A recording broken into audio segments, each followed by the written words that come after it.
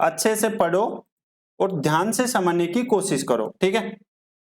ये कह रहा है कि सोहम सोहम का जो प्रारंभिक व्यय और बचत है, यानी कि आपको एक्सपेंडिचर गिवन है और यहां पर आपको सेविंग का रेशियो गिवन है।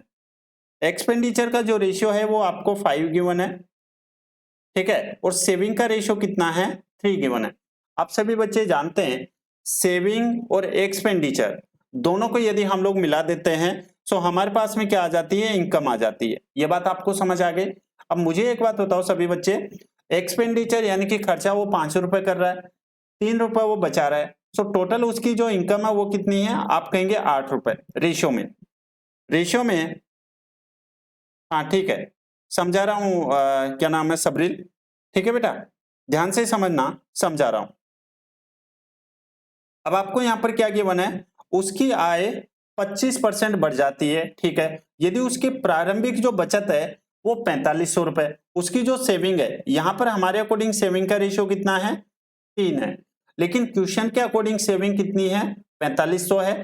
तो हम लोग कह सकते हैं कि जो 4500 है वो किसकी वैल्यू है, 3 की।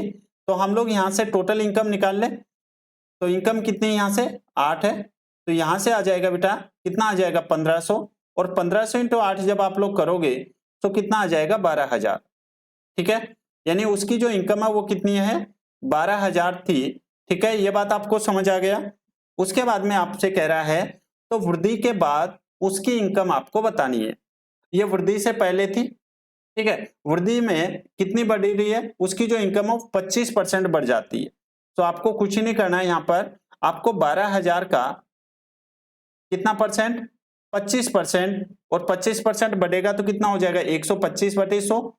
25 से काटेंगे 5 बार, 25 से काटेंगे 4 बार, 4 से ये कितने टाइम्स काटेगा, 3 बार, और आंसर कितना आ जाएगा सभी बच्चों का, 15000, जो कि राइट आंसर आ गया। क्या सभी बच्चे समझ पाए हैं क्या, मुझे बताने की कोशिश करो।